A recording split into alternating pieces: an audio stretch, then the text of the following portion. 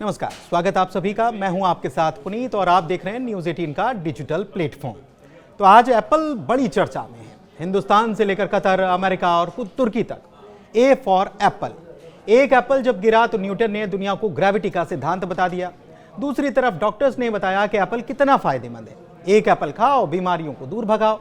तो तीसरे एप्पल का जिक्र हाल में ट्रंप की कतर यात्रा के दौरान नजर आया, जिसमें उन्होंने कहा कि भारत में एप्पल का निर्माण न हो, लेकिन ये एप्पल बाकी एप्पल से अलग है। खैर, वापस खाने वाले, सेहतमंद रखने वाले एप्पल पर आते हैं। भारत ने तुर्की को उसी के एप्पल से जवाब देना शुरू कर दिया। कैसे, इसे समझते हैं।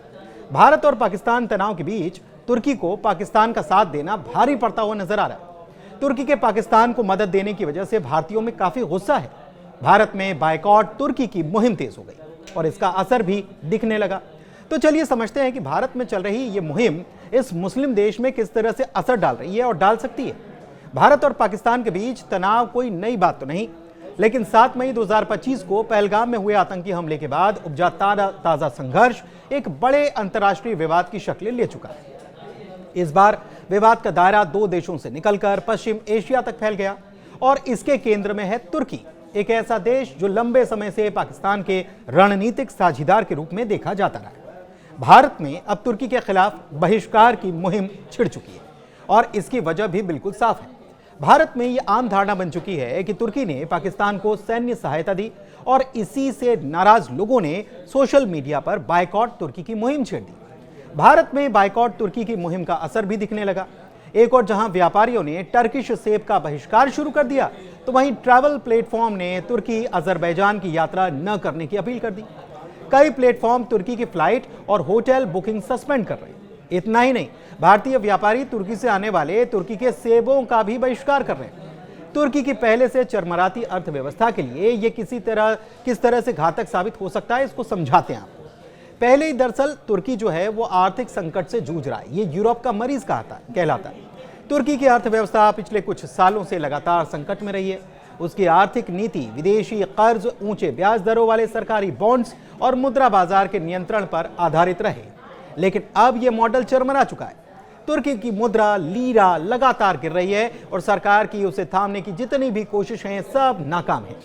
मार्च 2025 तक तुर्की के कुल विदेशी मुद्रा भंडार की रकम लगभग 85 अरब डॉलर बताई जा रही थी, लेकिन जब इसमें विदेशी कर्ज और देनदारियों को मिला लें तो असल भंडार महज 20 से 40 अरब डॉलर के ही बीच रह जाता है। ऐसे में अगर कोई बड़ा आर्थिक झटका तुर्की को लगता है तो तुर्की के पास उसे झेलने के लिए कोई मजबूत बफर भी नहीं है। भारत तुर्की के लिए एक उभरता हुआ टूरिज्म मार्केट बन चुका था। 2024 में ही करीब 3,30,000 भारतीय पर्यटकों ने तुर्की की यात्रा की, जिनका प्रति व्यक्ति औसतन खर्च $972, यानी कि हर व्यक्ति ने 83,000 रुपए खर्च किए। यानी एक भारतीय पर्यटक तुर्की को करोड़ों की आमदनी सब मिलकर दे रहे थे। लेकिन अब भारत की प्रमुख ट्रैवल कंपनियां जैसे कि इक्सिगो, ईज माई ट्रिप और कॉक्स एंड किंग्स ने तुर्की की सारी बुकिंग्स पर रोक लगा दी है। Travel agents association of India यानी TAAI ने अपने सभी सदस्यों से यह कहा है कि वे तुर्की के टूर पैकेज का प्रचार न करें। टूरिज्म से तुर्की को 2024 में 61.1 अरब डॉलर की कमाई हुई थी और इसमें भारतीय पर्यटकों की हिस्सेदारी काफी अहम है। ऐसे में यह बहिष्कार तुर्की के पर्यटन उद्योग के लिए बेहद बड़ा झटका है। यह बहिष्कार केवल पर्यटन तक सीमित नहीं रहा, व्यापार के क्षेत्र में इसका असर भी दिखने लगा है। 2022-23 में भारत और तुर्की के बीच आपसी व्यापार लगभग 13.81 अरब डॉलर का रहा था। भारत तुर्की से पेट्रोलियम उत्पाद, न्यूक्लियर रिएक्टर पार्ट समेत कई सामान आयात करता है। लेकिन अब पुणे के व्यापारियों ने तुर्की से आने वाले सेब का बहिष्कार कर दिया है और यह रुझान दूसरे सेक्टर्स में भी अगर फैल जाता है तो तुर्की के निर्यातकों को भारी नुकसान उठाना पड़ सकता है। तुर्की में भारत का बड़ा निवेश भी है। इसके साथ ही निवेश का माहौल भी प्रभावित हो रहा है।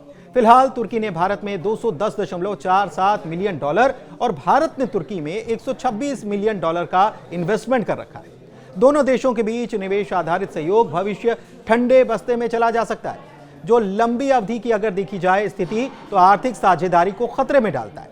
सबसे बड़ा झटका तुर्की को रक्षा क्षेत्र में लगा जब भारत ने 2.3 अरब डॉलर की जहाज निर्माण तुर्की की TAIS कंसोर्टियम के साथ ये डील रद्द कर दी।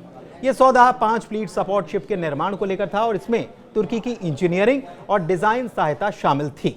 इन सब के अलावा मिडिल ईस्ट में भारत ने खुद को सेट करने के मकसद से और तुर्की को जवाब देने के मकसद से सऊदी अरब और संयुक्त अरब अमीरात के संबंधों को गहरा करने में भारी निवेश कर रखा है।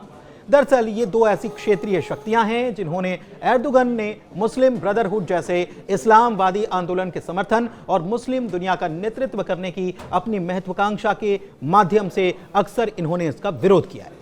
भारत यूएई संबंध एक मजबूत रणनीतिक साझेदारी में विकसित हुआ है, तो दूसरी तरफ ऊर्जा, रक्षा और बुनियादी ढांचे में सहयोग बढ़ने के साथ सऊदी अरब के साथ भारत के संबंध अभूतपूर्व स्तर पर गए। क्राउन प्रिंस मोहम्मद बिन सलमान का विजन 2030 के तहत आर्थिक विविधीकरण का विजन भारत के विकास पथ के साथ अच्छी तरह से मैच करता है, मेल खाता है, जो पारस्परिक रूप से लाभकारी निवेश के अवसर दोनों को प्रदान करता है। तो ऐसे भारत तुर्की की काट निकाल रहा है और लोगों में तो गुस्सा है ही।